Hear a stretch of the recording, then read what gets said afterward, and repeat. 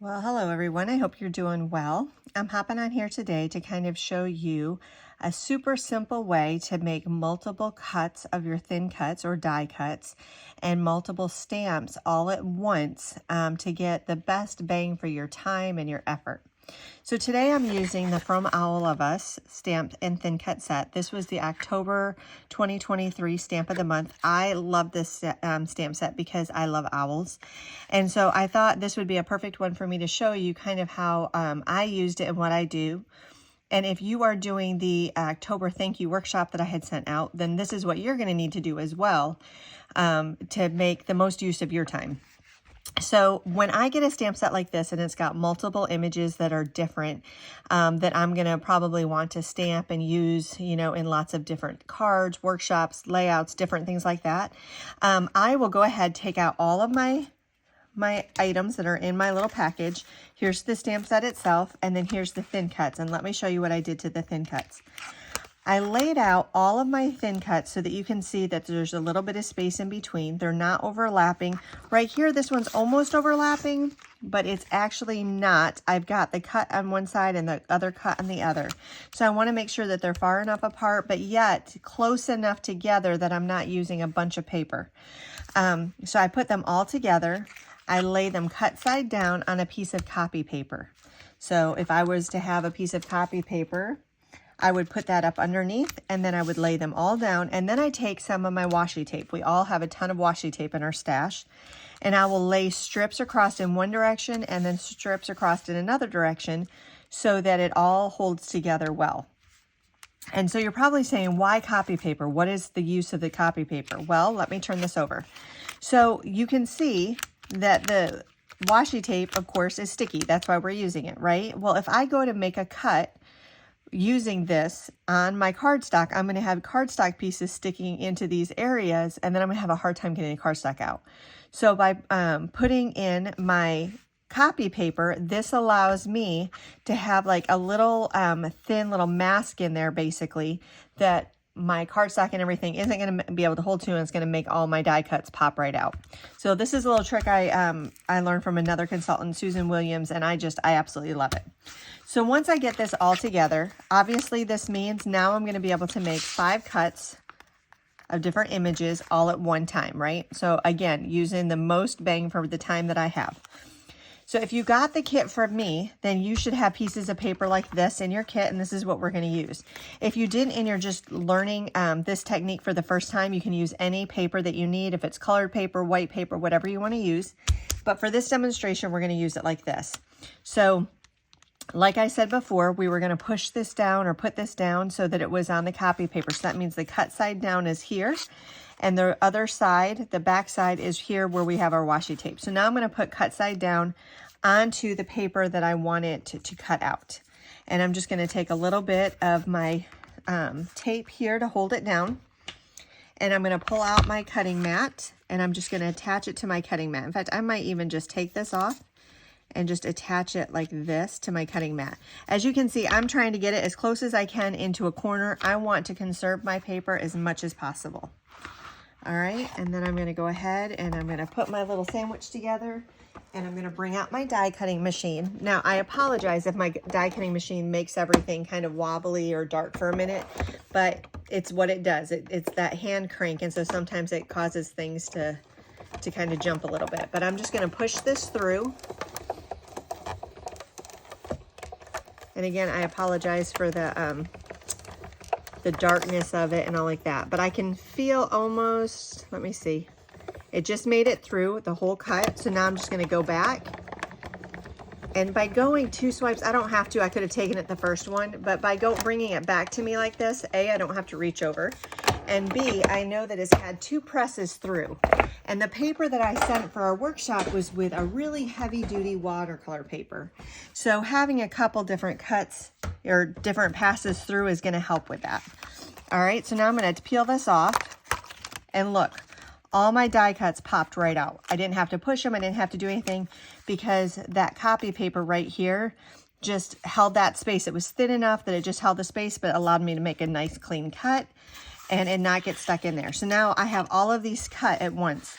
I may not use all of these, or I may use a lot more of these. It totally is, you know, up to whatever I want to do. But at least now, if I'm in the middle of a project, I won't have to go and get all of my paper or get everything out again. I've already got these cut, and then I'm going to show you how I stamp them. Now, what I would typically do is I would do multiples of these. And in fact, I have. You can see here ones that I've already done. Sometimes I try and go ahead and just stamp them all ahead of time. If I know that I'm going to, you know, use a certain color or however I'm going to do it, I'll just go ahead and do that. And then I just put them back in my stamp set so they're there and ready for whenever I want to use them. And then I don't have to get out all of my pieces. So what I would do after I've made that cut is I would take that cut and I would cut it using my paper trimmer. I would cut it right here. All right, and I'm going to show you how I've done that in past designs. So here I'm going to take out my Misty, okay? And you can see I already have in here my backdrop. This is from another cut that I did, okay? So I've got my design in here. This is exactly from the one I did before. It's just a different piece. I've got my magnet here, and I will tell you, I always try and put it here in the very bottom corner so that it's in the exact same position. And this works really, really well if you have a stamping platform like this. This is the Misty. There's several different brands out there. You can use whatever one you like. This one just works really well for me. I like the size, and there's even 3 different sizes in the Misty, but this is a good one.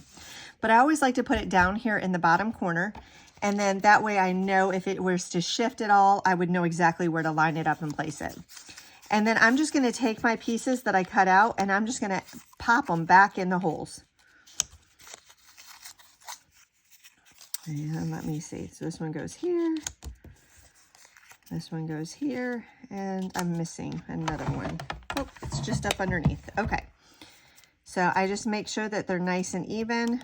They're right where I want them to be, that they fit right back in that hole. Then what I'm going to do is, you can see I've already kind of done it with my stamp set, but let me show you. If these were attached to the stamp carrier, what I would do is I would just lay these down on the cut image so that I know I've got it lined up just perfectly. Okay, so sometimes they want to stick to your nails, but for the most part they usually do fairly well. So I would just get these all lined up.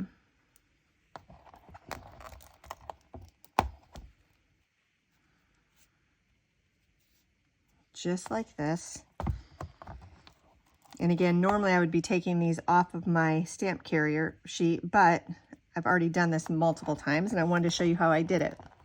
If you are doing my October workshop, you're going to need to cut out, using all of that paper, as many as you possibly can get out. That way you have some time to play and try this technique out. Not just try this technique out, but we're going to be using multiples of these images for our workshop. So, all right, so I've got them all there. Now I'm going to take my lid and press my lid down. And if you have something like this, you don't have to use this, but just something.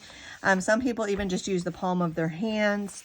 So whatever you want to use, but this will kind of help push the lid down onto the stamp sets and then be able to pick the stamp up. And then I just take something like this. You could take tweezers. This is just the little Cricut piece, whatever I have to kind of hold it down, because sometimes they do want to, you know, kind of adhere to the paper and pull it up.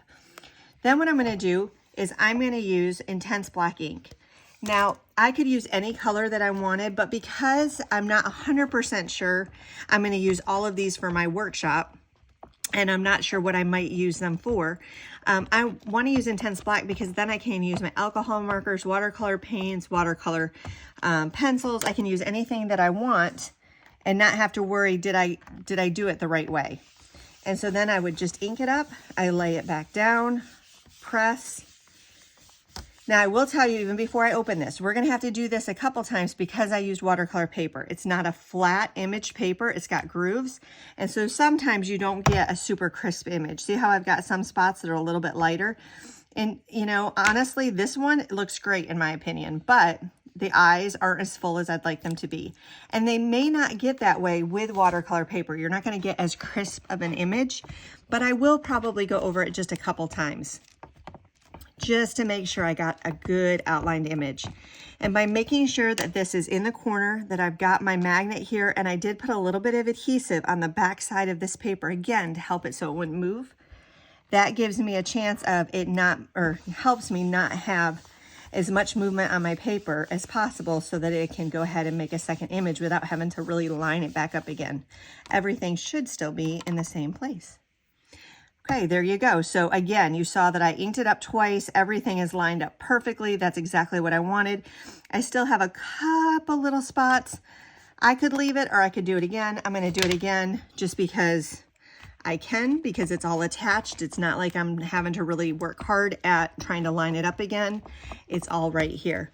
Now, again, what I will say with the watercolor paper and using intense black ink and having to do multiple stamps like this to get it to adhere and give a good solid outline is now it's going to be a lot more wet than it might typically after just one stamp set. So what I would do in this instance is I would do all of my cuts, all of my stamps at once. I might do 40 or 50 of these if, you know, I'm going to use that many or however.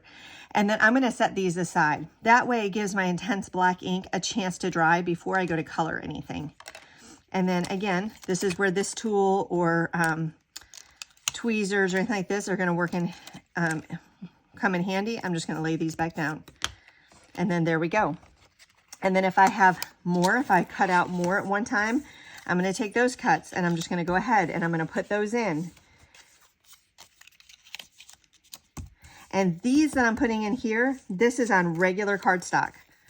So I'm going to do another, I don't think I have all of them. I think I've used most of them. Let me see. This one I think I can use. Nope, that one goes there. Okay, so those two are the ones that I have left. Let me show you with that cardstock just how well that works. Again, I was saying with the watercolor paper, it tends to need a little bit extra because of the grooves.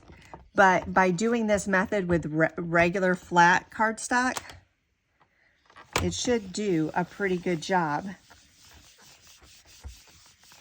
Let's see.